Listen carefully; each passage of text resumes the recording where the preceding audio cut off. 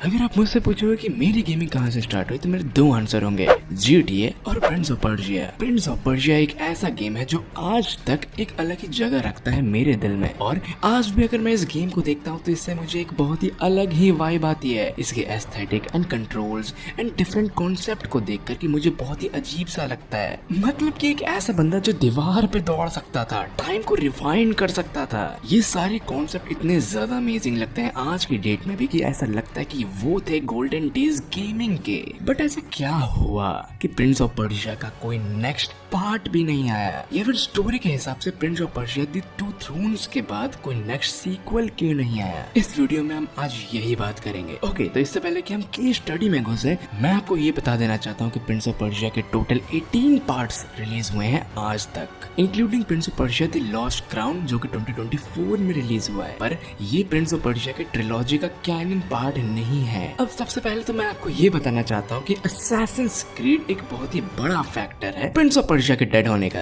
But यही सिर्फ factor नहीं है कि जिसकी वजह से प्रिंस ऑफ पर्शिया डेड हुआ है। और ऐसी बात भी नहीं कि प्रिंस ऑफ पर्शिया एक बहुत ही हाई सेलिंग गेम नहीं था। इंडिया में प्रिंस ऑफ पर्शिया खास करके बहुत ज्यादा फेमस था, but Prince of Persia world wide एक बहुत ही पॉपुलर गेम था। एग्जाम्पल के तौर पे Prince of Persia the Sands of Time 14 million copies sale की थी अपने टाइम में, जो कि बिल्कुल भी छोटा नंबर नहीं है। हालांकि सैंड्स ऑफ टाइम ही अपने पूरी सीरीज का सबसे हाईएस्ट सेलिंग गेम रहा है, और हम सब जानते हैं कि यूबीसॉफ्ट को क्या चाहिए, डॉलर्स। यस, जब प्रिंस ऑफ पर्शिया बन रहा था तो behind the scene Prince of Persia की ही एक और ब्रांच खुल गई जो कि प्रिंस ऑफ पर्शिया असैसिन्स के नाम से जाना जाने वाला था। और ये गेम कंप्लीटली ब्रांच्ड आउट तब हुई जब इस गेम को थोड़ा बहुत हाइप ऑलरेडी मिलने लगा। तब क्रिएटिव डायरेक्टर्स ने ये कहा कि इस गेम को बिल्कुल ही अलग कर दो और एक डिफरेंट इंजन पे स्विच कर दो। तब जाकर इस गेम ने इतनी ज्यादा पॉपुलैरिटी दिखाई कि इसकी पूरी फ्रेंचाइज बन गई। और यूबीसॉफ्ट ने क्या कमाया? यस, बहुत सारे डॉलर्स, बिलियंस ऑफ डॉलर्स।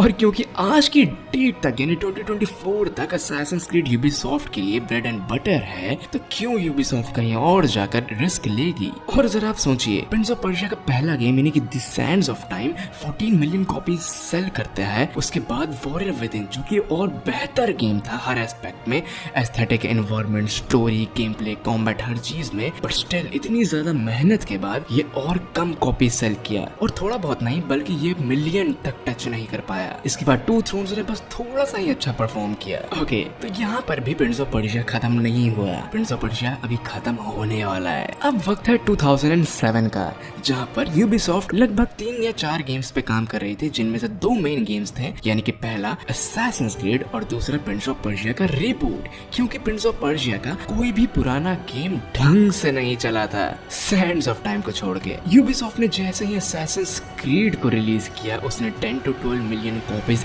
ऐसे ही स्नैप करके सोल्ड हो गए। और जब 2008 में प्रिंस ऑफ पर्शिया का रिबूट आया, तब यूबीसॉफ्ट को एक बहुत ही ज्यादा बड़ा झटका लगा, क्योंकि ये गेम 3 मिलियन कॉपीज भी सेल नहीं कर पाई। हालांकि ये नंबर्स भी काफी डिसेंट है और इस गेम ने एवरेज परफॉर्म किया, बट इस 2008 वाले प्रिंस ऑफ पर्शिया में बहुत ज्यादा टेक्नोलॉजी लगी थी।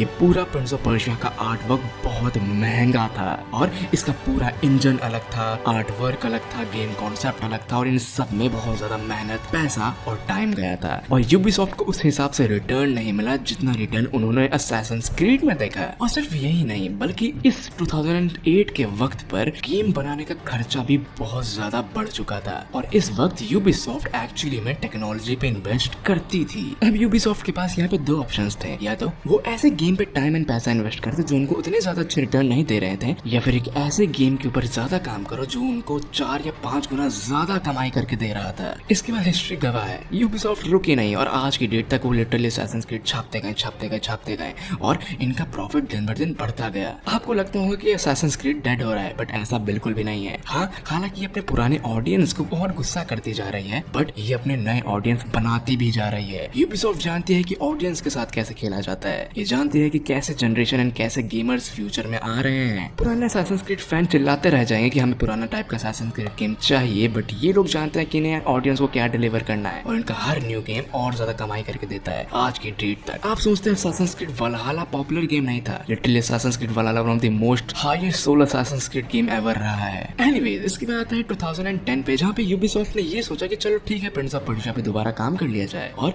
प्रिंस ऑफ पर्शिया की ट्रिलॉजी यानी कि Prince of Persia the Sands of time 2000 warrior within के बाद एक और गेम लाया सेम स्टोरी लाइन पे बट प्रीक्वल, और वॉरियर विदिन के पहले की थी। मतलब कि इन लोगों ने कुछ अलग करने का ट्राई किया। द फॉरगॉटन सैंड्स काफी अच्छा या कहीं डिसेंट परफॉर्म किया। ओके, तो इसके बाद एक स्टोरी लाइन पे 4 गेम निकालने के बाद, कुछ छोटे मोटे इधर उधर और गेम निकालने के बाद और एक रीमेक करने के बाद इन लोगों ने लगभग प्रिंस ऑफ पर्शिया पे धीरे धीरे गिव अप करना स्टार्ट कर दिया। हमने सबसे रीसेंट प्रिंस ऑफ पर्शिया का गेम देखा है जो कि Prince of Persia the lost crown था, जो कि बिल्कुल ही डिफरेंट कॉन्सेप्ट पे बेस्ड था और ये काफी ज्यादा अच्छा हैक एंड स्लैश गेम था, नो डाउट। और यहाँ पर प्रिंस ऑफ पर्शिया का एक रीमेक पे भी काम चल रहा है बट इसकी मेन स्टोरी लाइन अभी करेंटली पॉज पर है। क्यों पॉज पर है, हमने उस बारे में आज की वीडियो में बात कर ली। वेल गाइस, आप लोग का इस बारे में क्या ख्याल है? क्या आप सबने प्रिंस ऑफ पर्शिया खेला है? मुझे नीचे कमेंट सेक्शन में जरूर बताएं। तब तक मैं आपको मिलूंगा किसी नेक्स्ट वीडियो में एंड गुड लक।